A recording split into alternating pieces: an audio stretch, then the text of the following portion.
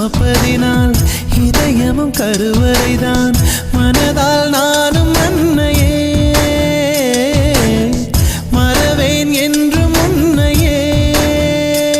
நான் பாலை வனத்தில் விதை போல், நீ பருவம் தந்த மழை போல், என் காதல் செடியில் பூவும் பூத்ததே. உன் விழி திறந்திருந்தால் விடியலி தேவையில்லை.